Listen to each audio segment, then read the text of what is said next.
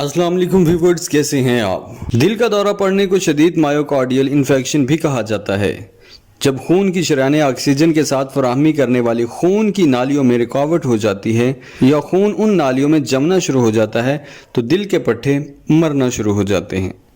दिल का दौरा उस वक्त होता है जब दिल के पट्टे का कोई हिस्सा ऑक्सीजन ना मिलने की वजह से मर जाता है। दिल का दौरा अक्सर और बेशतर आपके सीने के दरमियानी हिस्सा में शदीद तकलीफ और दर्द का बाइस बनता है और ये दर्द आपके सीने से गर्दन, जबड़े, कानों, बाजू और कलाइयों तक भी फैल सकता है।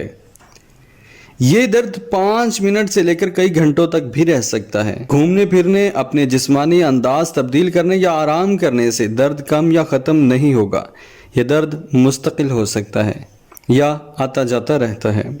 कुछ लोगों को दिल का दौरा पड़ने पर किसी दर्द का एहसास नहीं होता, उनको खामोश दिल का दौरा कहा जा सकता है। ज़ियाबतीस में मुब्तला अफराद या 75 साल से लेकर ऊपर के अफराद को ऐसा दौरा पड़ सकता है। ख्वातीन के मुकाबले में मर्दों को दिल का दौरा पड़ने का इम्कान 3 गुना ज़्यादा होता है।